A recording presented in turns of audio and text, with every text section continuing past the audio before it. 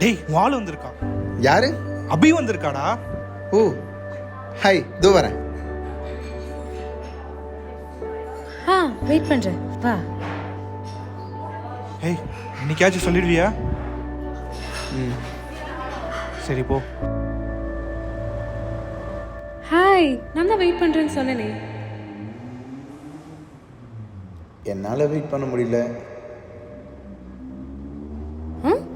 இல்லை, என்னால் வெயிட் பண்ண வைக்க முடியலன்னு சொன்னேன். சரி, என்ன அர்ஜென்ட்டான விஷயம் மீட் பண்ணணும்னு சொன்னேன்? வீட்டில் பொண்ணு பார்க்குறாங்களாம். ஓ, வயசாகிட்டே போகுதான். அதான் இந்த ஏரை தாண்டிட்டா அப்புறம் ரொம்ப டிலே ஆகிடுன்னு சொல்லிட்டாங்க மேரேஜ்க்கு. நைஸ், நல்லது தானே, பண்ணிக்கோ. சரி, நீ என்ன டிசைட் பண்ணியிருக்க? என்ன கல்யாணம் பண்ணிக்கிறியா? என்ன விஷ்ணு, பிரேக்கப் ஆனதில் மரம் கண்டுடுச்சா? தெரியும், நீ தான் கேட்பேன்னு. எனக்கு பிரேக்கப் ஆகி 2 வருஷம் ஆச்சு அபி. 2 இல்லை விஷ்ணு, 4 வருஷம். நீ என் கூட பிரேக்கப் பண்ணி 4 வருஷம் ஆச்சு, அதை சொன்னேன். தெரியுது. அப்புறம் எப்படிடா வெக்கமே இல்லாமல் திரும்பி இந்த கேள்வியை கேட்க தோணுது? இல்லை, நான் அப்படி மீன் பண்ணல. நீ தான் உன் கெரியர் முக்கியம்னு பிரேக்கப் பண்ணிட்டு போன. அப்புறம் புது லவ் புது லைஃப்னு உன் வாழ்க்கையை அமைச்சுக்கிட்டேன். இப்போ அந்த லவ் போனதும் மறுபடியும் நீ என்கிட்ட வர. இங்கே நான் ஆப்ஷனாக இருக்கேன்னு சொல்கிறேன். இதில் எங்கே இருந்து உனக்கு என் மேலே லவ் இருக்குன்னு கேட்குறேன். நான் உன்கிட்ட ஒரு ஃப்ரெண்டாக தான் திரும்ப வந்தேன். நான் திரும்ப வந்ததுனால உனக்கு அப்படி தோணலாம். ஆனால் அது மறுபடியும் லவ் ஆகும்னு நானே எதிர்பார்க்கல. அது லவ் இல்லை விஷ்ணு. இப்போ உனக்கு ஒரு பார்ட்னர் தேவை. அது மட்டும் இல்லாமல் உனக்கு என்கிட்ட கொஞ்சம் கில்ட் இருக்குது. அது ரெண்டும் மிக்ஸ் ஆகி தான் லவ்னு தப்பாக புரிஞ்சுக்கிட்டேன். அதை தான் நான் சொல்ல வரேன், புரியுதா? சாரி அபி, எனக்கு கில்ட் இருந்தது உண்மைதான். ஆனால் இப்போ இல்லை. அந்த கில்ட் இருந்திருந்தா உங்ககிட்ட 1000 தடவை சாரி சொல்லியிருப்பேன். உன்னை காம்ப்ரமைஸ் பண்ணுறதுக்கு என்னெல்லாம் வழியோ அது எல்லாத்தையும் ட்ரை பண்ணியிருப்பேன். ஆனால் இப்படி லவ் பண்ணுறேன்னு சொல்லிட்டு வந்து நின்றுருக்க மாட்டேன். என் லவ் என் ஃபீலிங்ஸ் தான் தூண்டிச்ச ஒழிய கில்ட்டே இல்லை.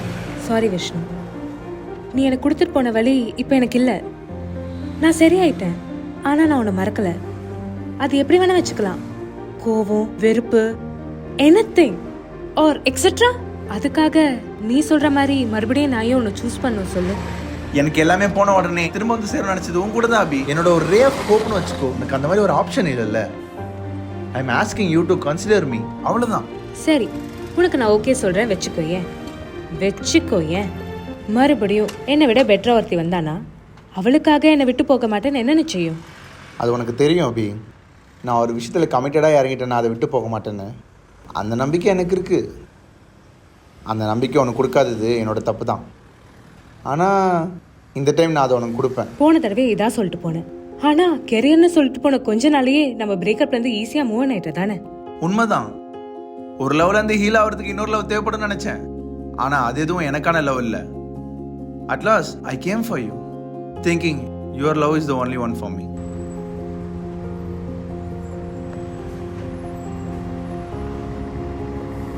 அது நான். சரி, கொஞ்ச நாளைக்கு அப்புறம் உன் எக்ஸ் திரும்ப வருவான். அப்போ என் நிலைமை? அவள் வந்தா Abhi. I am sorry Vino. நான் உனக்கானவன் இல்லை. நமக்கு செட் ஆகாது. நான் நல்லா யோசிச்சிட்டேன். I am not belong to you. I think you are not my home place. நீ விட்டுட்டு போன இடத்துக்கு நான் திரும்ப வரணும்னு ஆசைப்படவே இல்லை. அதுக்கு பதிலாக நான் ஒருத்தங்களை ஒரு இடத்துல விட்டுட்டு வந்திருக்கேன். அவங்களுக்காக அவங்க வர வரைக்கும் நான் அதே இடத்துல தான் வெயிட் பண்ண போகிறேன். ஐ எம் ரியலி சாரி வேணும். உனக்கு உன் எக்ஸ் கூட போக விருப்பம் இல்லை தானே? நீயும் எக்ஸ் தானே? அப்போ அதே மைண்ட் செட் தானே எனக்கும் இருக்கும். அப்புறம் எந்த தைரியத்தில் நீ செகண்ட் சான்ஸ் கூடனே முன்னாடி வந்து நிற்கிற? எனக்கு தெரியும் அபி, நீ நான் இல்லை, ஆப்போசிட்டில் இருக்கவங்க மனசில் என்ன இருக்குன்னு தெரிஞ்சுக்காம வேணான்னு சொல்ல. அதுவும் இல்லாமல் நான் அவே இல்லை. நீ வேண்டான்னு சொன்னோன்னே விட்டுட்டு போகிறதுக்கு நான் இங்கே தான் இருப்பேன். தென் நான் என்றைக்குமே செகண்ட் சான்ஸை வேஸ்ட் பண்ண நினச்சதே இல்லை. ஏ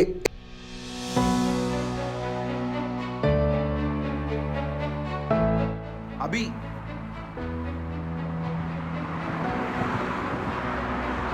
நான் சொன்னது உனக்கு கன்வின்சிங்காக இருந்துச்சான்னு எனக்கு தெரியல. உன் சைடு என்னன்றதை கேட்காமலேயே நான் என் சைடை மட்டும் சொல்லிட்டேன். நீ இப்போவே உன் பதிலை சொல்லணும்னு அவசியமே இல்லை.